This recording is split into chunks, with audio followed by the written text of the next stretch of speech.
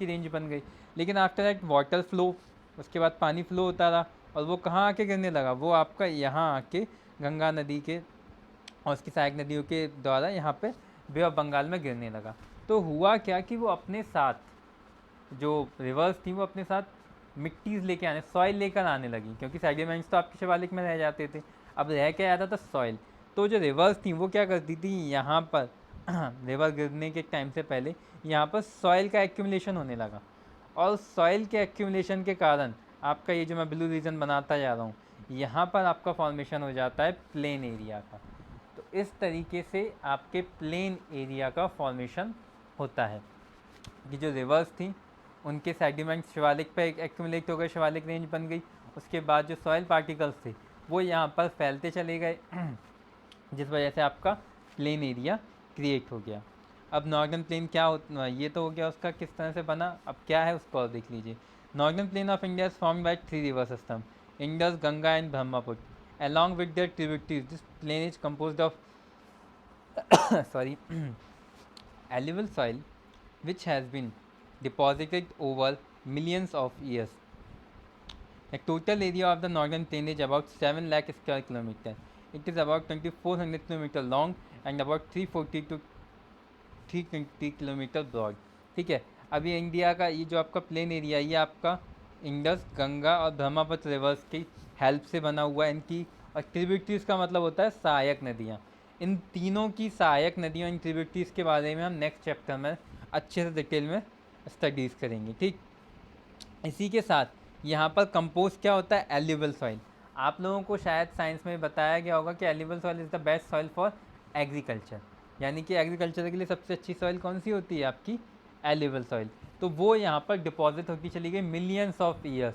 उन millions of year के deposition के बाद आपका एक ये प्लेन एरिया क्रिएट होता है 7 लाख किलोमीटर का, जो 2400 किलोमीटर लंबा और 240 इंटू 320 किलोमीटर ब्रॉड, यानी 240 से 320 किलोमीटर ब्रॉड है।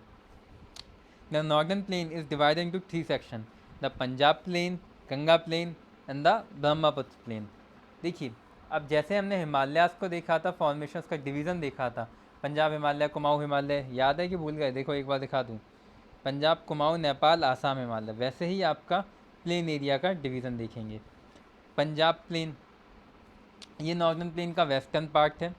ये मेनली इंडस की ट्रिब्यूटरी जो झेलम, चेनाब, रवि, ब्यास और सतलज है, उनके एरिया में बना हुआ है। A major portion of this plain is in Pakistan, और इसका मुख्य भाग जो इस प्लेन का है वो आज के पाकिस्तान में आता है। Doab around in this plain, doab क्या होते हैं ये मैं आपको वाइट बोर्ड पर ही समझा पाऊँगा, ठीक, तो मैं आपको एक क्लास में समझाऊँगा। गंगा प्लेन्स, दोआब वैसे ये होता है जहाँ पे रिवर्स मीट करती हैं, उसके द्वारा जो एरिया क्रिएट किया जाता है, जो एक अच्छा उपजाऊ खेती का एरिया होता है, उसे हम दोआब एरिया कहते हैं। This plain extend between Ghaggar and Teesta river, Ganga plain area कौन सा है, जो घाघर और टिस्टा रिवर के बीच का एरिया है। द नॉर्दर्न स्टेट्स, यहाँ पर कौन कौन सी आती हैं हमारी, हरियाणा, दिल्ली, यूपी, बिहार, झारखंड, वेस्ट बंगाल, ये सब किसके पार्ट हैं, गंगा प्लेन के। यानी कि जो आप पाकिस्तान का काफ़ी बड़ा हिस्सा है वो कौन से किस चीज़ का पार्ट है, वो पंजाब प्लेन का पार्ट है सर। और जिस एरिया में हम रह रहे हैं वो किसका पार्ट है जोग्राफिकली, गंगा प्लेन का।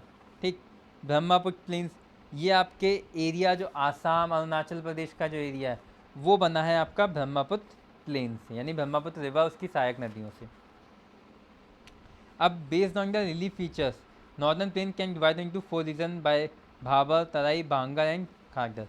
रिलीफ फीचर्स के आधार पर हम नॉर्दर्न प्लेन को 4 भागों में विभाजित करते हैं।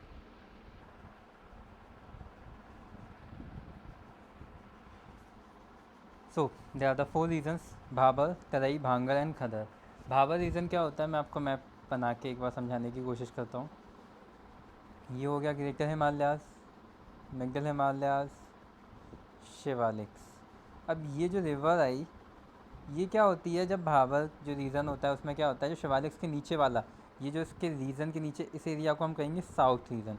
तो इसके नीचे after descending from the mountains के नीचे से जब ये निकलती है, जो रिवर के डिपॉजिट होते हैं पेबल्स और narrow belt, the width of this belt is about 8 to 16 kilometre and its lie parallel to the Shivaliks. यानी कि ये जो आपके नैरो बेल्ट बना लेते हैं, ये पैरेलल फ्लो करते हैं शिवालिक्स के। और इनकी जो मतलब ये जो चौड़ाई होती है, ब्रॉडनेस होती है, वो 8 से 16 किलोमीटर के बीच होती है।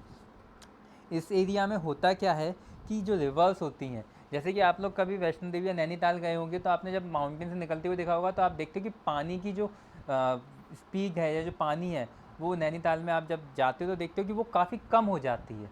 वहाँ पे हमें बहुत बिग बिग रॉक्स ज़्यादा दिखाई देते हैं और पानी की स्पीड और फ्लो काफ़ी कम नज़र आता है। तो वो जो रीज़न होता है ना, वही हम भाबर रीजन कहते हैं। अब उसके जो नीचे साउथ में जब रीजन आओगे, उसको हम कहते हैं तराई रीजन, जहाँ पर क्या होता है कि रिवर्स दोबारा से अपने फ्लो में आ जाती हैं। जहाँ पर आपके रॉक्स कम हो जाते हैं, रिवर्स अपने पूरे फ्लो में होती हैं, वो एरिया आपका सैम्पी मार्शी होता है। और सबसे बड़ा जो आपका रीज़न होता है, उसके बाद आता था तराई नहीं होता, भांगल होता है सबसे बड़ा नॉर्दर्न प्लेन का एरिया। उसके बाद क्या, Bhangar plains. Bhangar is the largest part of the northern plain and is compose by the oldest alluvial soil. अब इसमें दो चीज़ें आती हैं, न्यू एलिवल सॉइल और ओल्ड एलिवल सॉइल।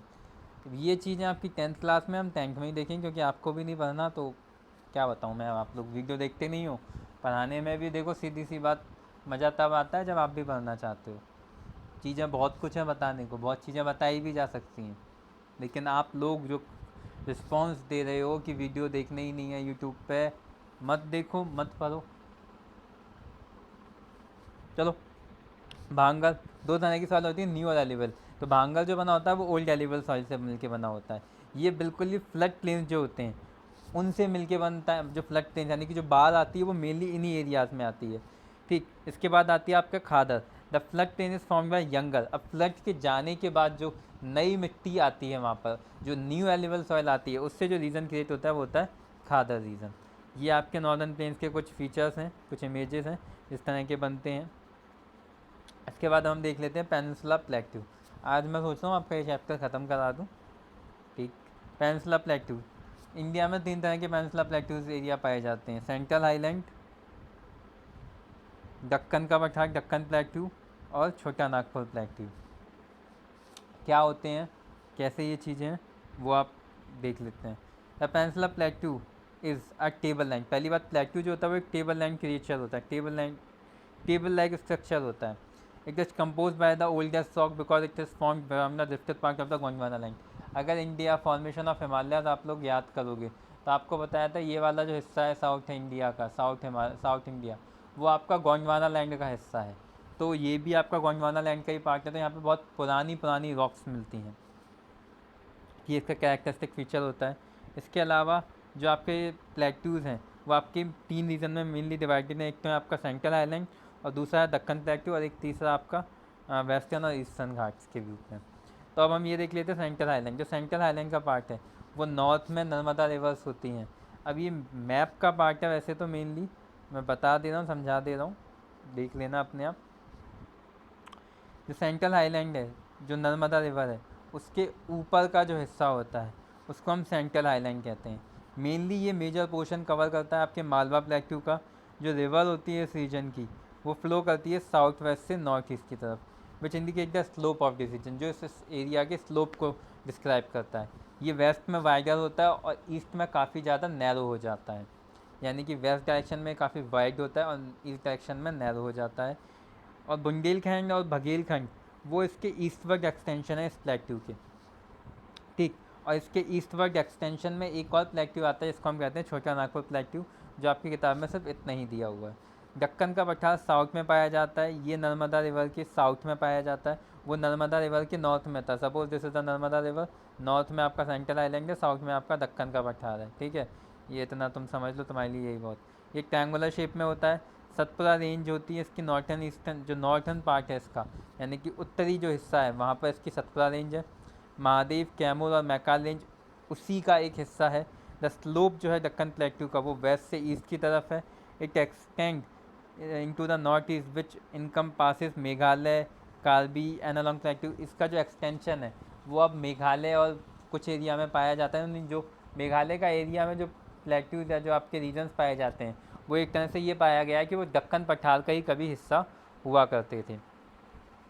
बचेगा क्या, डेजर्ट, वो भी ख़त्म करते हैं। आज तुम्हारा चैप्टर ही ख़त्म करता हूँ यार, बहुत हो गया, तुम्हें पढ़ना नहीं है, मज़े करो, तुम्हें मैं करवाऊँगा मज़े। वेस्टर्न और ईस्टर्न घाट क्या होते हैं, ये इंडिया का मैप बन गया। ये वाला जो हिस्सा है ये होता है ईस्टर्न घाट, ये वाला जो हिस्सा है ये होता है वेस्टर्न घाट।